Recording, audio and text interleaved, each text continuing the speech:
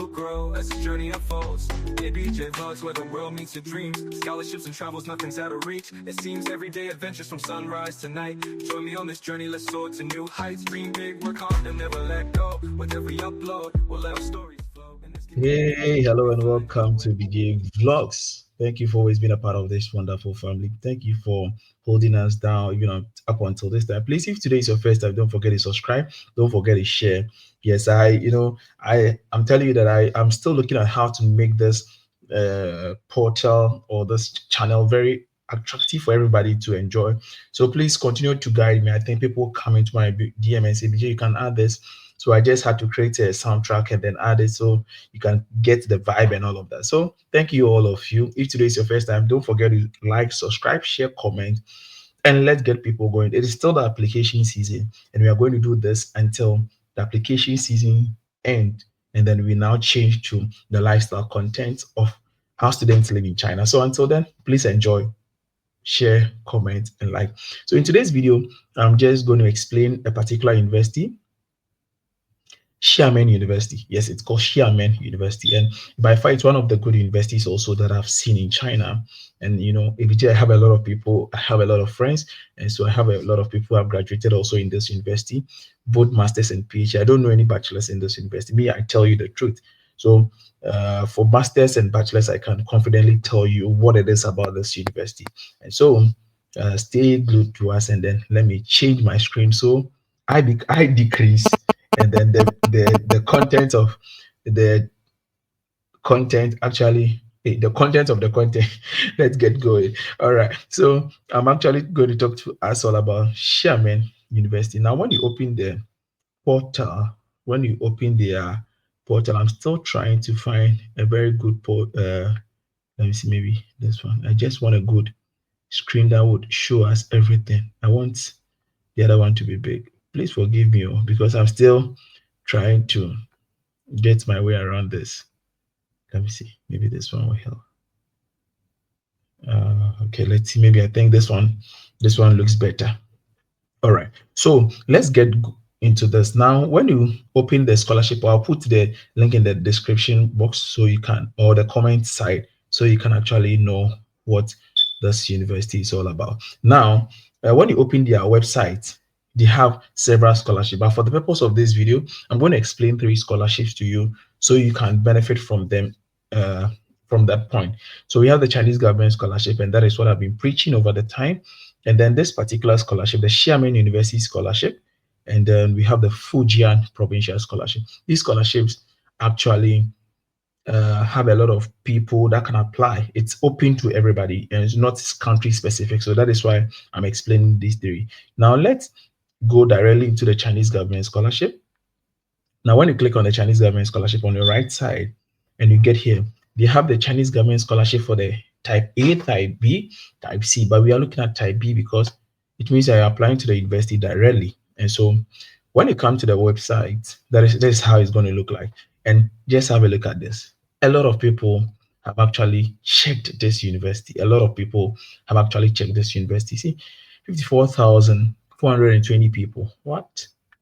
So it's still not too late for you. Please try and then check it out. So if you're applying for this to this university or this particular scholarship in this university, the Chinese government scholarship, then it means that you are supposed to, if you're applying for a bachelor program, age limit 25, master's 35, PhD 40, and that is it for this university. But let's look at the programs. I realize under the programs, they have several programs, but they have the English taught. Please be careful to check for English taught always. Now, look at the master. Let's even look for bachelor's English taught. There are only 2 programs under this university for bachelor English taught program, and that is School of Medicine, and then the Institute of Creativity and Innovation. Now, check the fees. I'll come back and tell you when I get to the Fujian provincial scholarship and then the university scholarship. I'll use this as a reference point. So check for this. Check the tuition fee for this. This is for bachelors.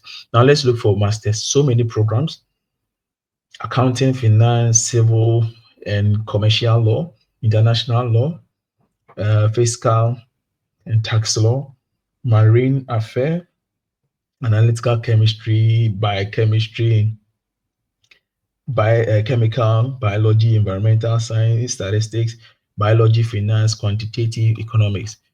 These are just, you just have to take your time and then check for yourself. Okay. And then we have for the doctoral, there are also so many.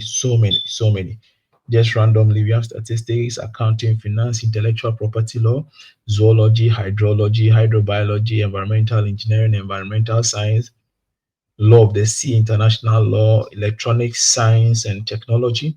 So many of them, right? So this is for, these are the programs that you can actually apply in this university. Now let's come back and look at the other side of the story. For the offer, I know, okay, maybe today is your first time chancing on this, so that means that you don't have to skip this video. You have to actually subscribe to this channel, so the next time I post, you'll be able to know and then see. But for CSC, we all know that it is 2,500 for bachelor's, 3,000 for masters, and then 3,500 for what PhD. And let's look at how to apply the procedure. Now you're supposed to apply on two main portal, and that is very important. You're supposed to apply on two main portal. Now when you're applying on these portal, like you're supposed to apply on the Chinese government portal first, after you come to the university portal. Now when you click on this link, it takes you to the Chinese government. So this Chinese government information system. And if you're a first time user, you click on the create account, you fill in the details, and then they will send you a code or an activation link into your university portal. So I'm sorry, into your email. Now let me, even something just came to mind, let me pen it down so after I can make a video on it for you guys.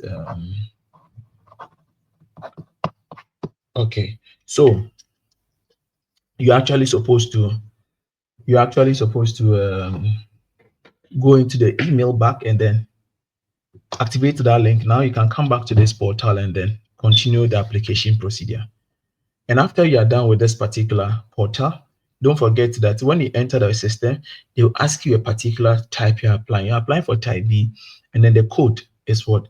10384. So you're going to apply to this particular university in the Chinese government portal. Now, when you are done, you come to the university portal. When you click on the link, oh, you see my email is already here. See, I've checked. I don't know whether it is still correct. Let me try and see if it is correct. Then we enter the system and we see. Let me see. XXLY. Let's see. It's been a long time. Right? Account is locked. Yeah. It's been a long time I created this. So this account is actually locked. And so I have to contact them if they have to activate my account. But let's not go there. Maybe it's going to take a lot of our time, and that is not the essence for this video. So you register, and then you go through the procedure after applying to this portal. Now these are the two. If you do for the other and you don't do for the other, it means that the application is actually invalid. So you have to actually go through the whole stuff and then do for the two. Now let's actually look at the procedure, the scholarship procedure. Yeah, for the timeline, we know that it's going to end for this scholarship. It's going to end on 15th February. So you don't have to really check for eligibility. We know that you're supposed to be any other native other than Chinese, and then you are supposed to be in good health, and then do not have any criminal record. So we don't have to waste time on that. But for the application procedure, let's look at the document. This particular university's document is kind of funny and weird. Yes, I'm so tired. It's kind of funny and weird. So the scholarship, the documents that are needed, you first need the biodata of your passport, the biodata of your passport, and then you need your birth certificate. You need your parent identity document. Now you need your degree certificate, and then the application transcripts. These are the documents you're going to upload. Now for the degree certificate and the transcript, you realize that they are going to ask you a particular question. Like you have to notarize it. It should be notarized in your country. And if at the time of seeing this video, watching this video, if you have not actually, how do I put it? If you have not actually graduated, but you still want to go ahead with the application, yes, you can. You only have to take a letter from your university stating that your program was actually you are enrolled to actually this particular program, but you're going to complete maybe June of 2025. And so if your transcript is good, they're going to proceed and then accept you. And after you are done and you are coming to the schooling, or you're going to that particular school in September, you have to add the official document to it. So that would be it. For the language certificate, usually if you're applying for Chinese TOTS, you need HSK 4, 5 and above, depending on the program you're applying. But if you're applying for an English TOT program, then you need an English, a letter stating that yes, you were taught in English.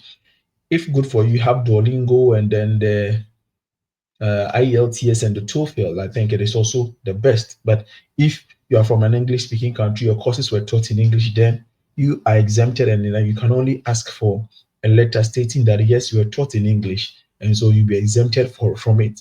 And you're supposed to get this document, the letter of recommendation. And these two letters of recommendation should actually be from who? A professor or an associate professor. And that should be it. And now you're supposed to write your study plan or personal statement, and they have given you, that's why I like this university. They've actually told you the kind of things that you need: self introduction, educational experience, motivation. So if I were you, I would write according to how they have stated. But they have added that if you're applying to any other department, you are going to go through this. But if you're applying to the School of Economics, then you are supposed to use the writing guide. You're supposed to actually use the writing guide. So if you don't do it according to them, their style, then it means that if you're applying for economics, then I'm sorry, you are not going to get accepted. And if you are applying, then again, you need your CV. ABG has been talking, I have been talking about CV for a very long time, that you have to present an academic CV. Please do not present a work CV, an academic CV.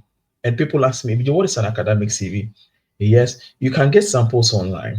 Yes, you can get samples online. And sometimes I take my time to explain to people, but generally, it should be skewed towards academic purposes. So you don't highlight much of your work experience. They are needed, but your academic stuff should be dominant. Your conferences that you have attended, workshops, like papers that you have, your research experience. This gives you like something related to an academic CV, and so that is good. And uh, it's not important for you to get, not that important, but it is optional. If you have a professor, fine. If you don't have a professor, it does not also have any effect on your application. Now you need a physical examination form. The physical examination form you can just download online. Even if you don't use their link, you can just type Chinese physical examination form for foreigners, and you're going to get it. You need a financial support guarantee, guaranteed statement. So this one, you have to just use their link and download this particular one. And yeah, your financial supporter or guarantor would actually sign and endorse for you. Then you did a non-criminal record. So realize that for their document, if you have any other document, you can add it to just give you a competitive advantage. After this, after you have submitted, what they do is that they're going to review the first document, that is called the initial document stage.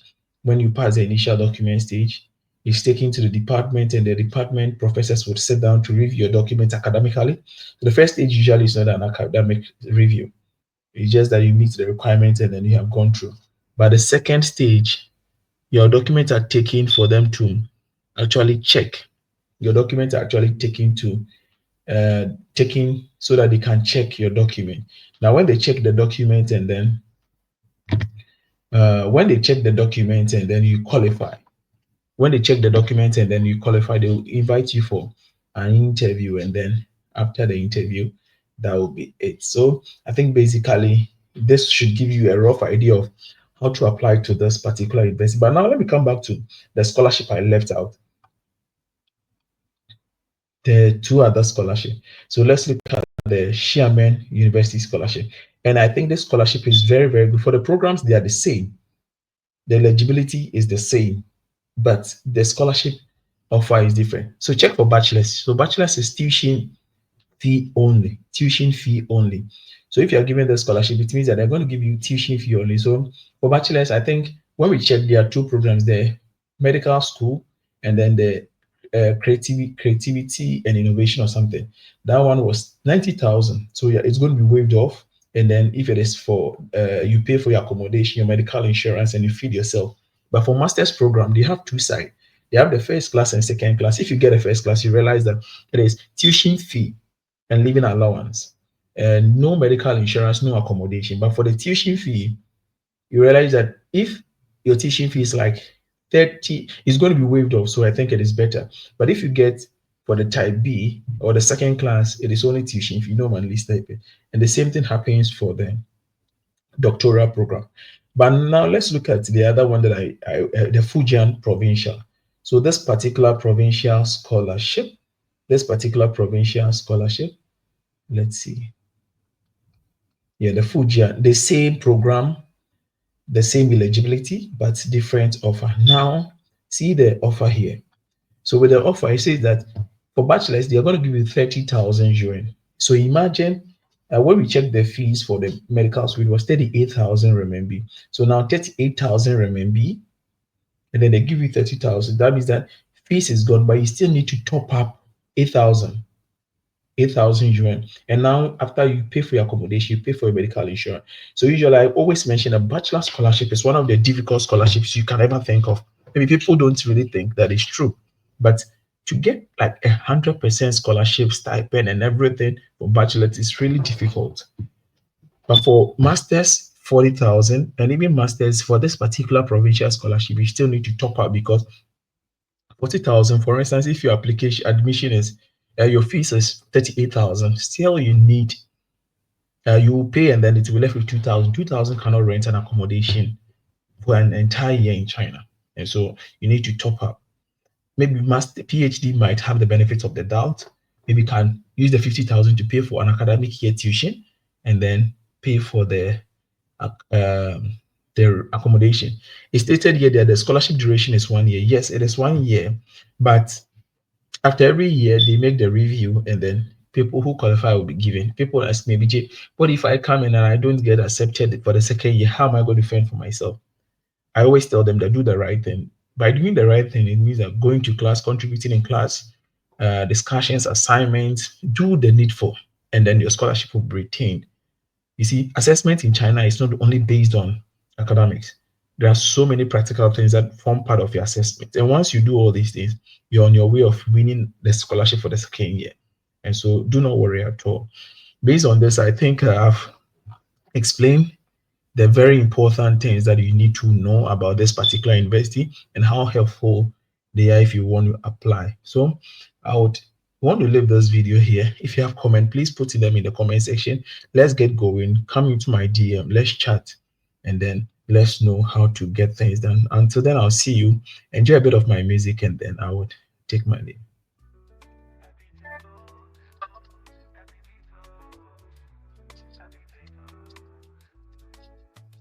Where we die, we dream to be the scholarship to study abroad. Got me just from the faithful squad. From the books to the flights, to the work with God. I'm looking at the everyday life.